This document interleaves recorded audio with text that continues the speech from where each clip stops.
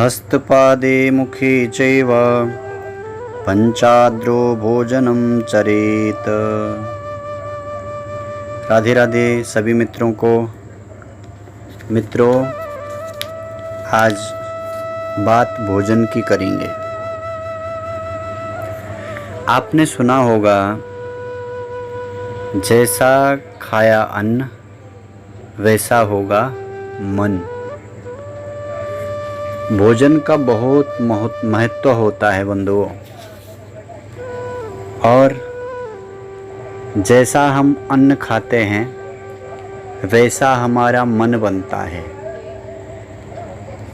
जिस तरह का मन बनेगा उसी तरह का हमारा फिर चरित्र बनेगा। जैसा मन बनेगा वैसे हमारे विचार आएंगे। इसलिए बंधुओं, आज का विषय हमने भोजन पे रखा है, जिसको हम लोग खाना बोलते हैं, खाना, लेकिन उसको भोजन बोलते हैं।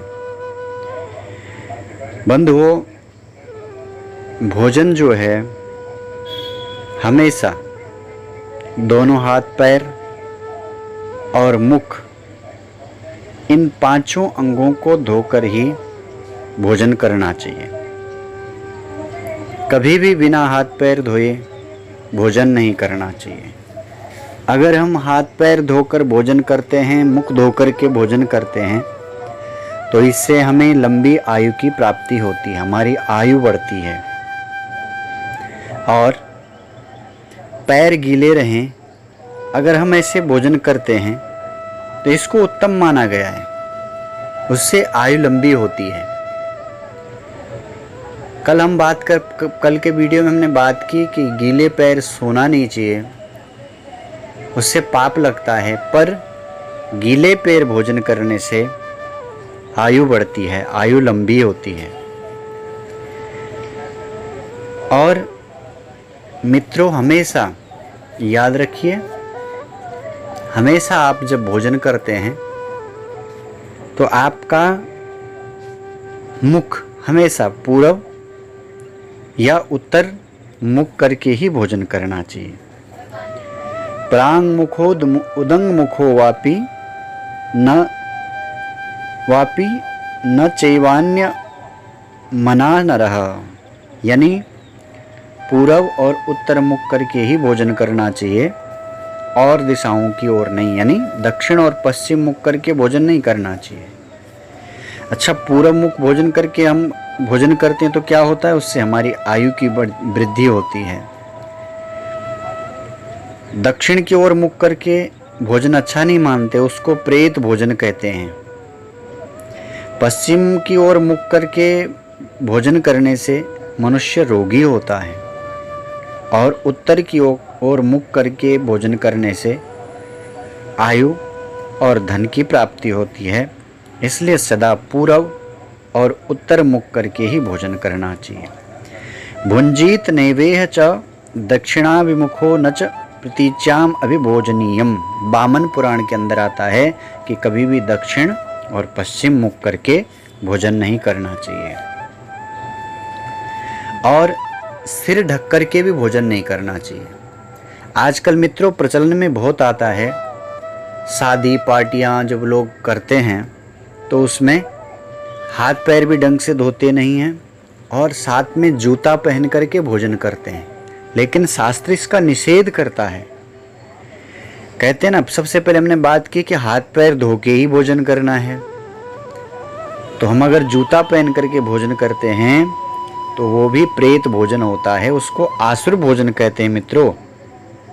इसलिए कभी भी जूता पहन करके, यानी पैरों में अगर जूते हों तो जूते उतार करके हाथ पैर धो करके ही भोजन करना चाहिए, नहीं तो वो प्रेत भोजन है, उसको राक्षस भोजन बोलते हैं।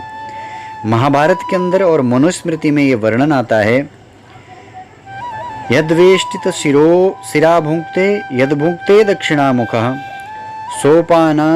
सोपानकश्च यद भुंक्ते तद्वे रक्षांसि भुंजते। यानी सिर ढक करके भोजन नहीं करना है, दक्षिणामुख भोजन नहीं करना है, और पैरों में जूते पहन करके कभी भी भोजन नहीं करना है। और भोजन की थाली कभी भी गोद में रख कर के भोजन नहीं करना चाहिए। फटे हुए बर्तन में भोजन नहीं करना चाहिए। जिसमें हम सोते हैं, जिस चारपाई बिस्तरे में, उसमें बैठ कर के भी भोजन नहीं करना चाहिए। कभी भी थाली हाथ में उठा करके भोजन नहीं करना चाहिए। ग्रहण काल जब भी होता है बंधुओं, अगर आप स्वस्थ हैं, ठीक हैं, तो ग्रहण काल में भी कभी भोजन नहीं करना चाहिए। जब सूर्य ग्रहण, चंद्र ग्रहण लगता है ना, उसमें भी भोजन नहीं करना चाहिए। क्यों? अगर उसमें भोजन कर लिया तो शरीर में रोग होते हैं। अगर कोई रोगी है तो वो बात अलग है, बच्चा है उसकी बात अलग है, पर अगर स्वस्थ है तो भी नहीं करना चाहिए। मित्रों, कभी भी जूठा अन्न नहीं खाना चाहिए, किसी के जूठे को नहीं खाना चाहिए। हम कहीं से आए, अत्यधिक थके अगर हम हैं मित्रों, तो विश्राम कर लें, उसके बाद भोजन करना चाहिए। थोड़ा रुक के भोजन करना चाहिए। जल्दी हम कहीं से आए, भोजन और जलपान कुछ देर रुक के बैठ के ही करना चाहिए, नहीं तो शरीर में फिर ज्वर हो जाता है। और मित्रों, एक बात सदा याद रखिए, कभी भी खड़े खड़े नहीं खाना चाहिए। आज बहुत प्रचलन में आया, देखो आप देख रहे हैं शहर में रोग भी बहुत ज़्यादा है। इसलिए कभी भी भोजन करना हो, कुछ खाना पीना हो, तो बैठ के ही उसको करें। थाली भी शेयर नहीं करना चाहिए, ऐसा बोलते हैं।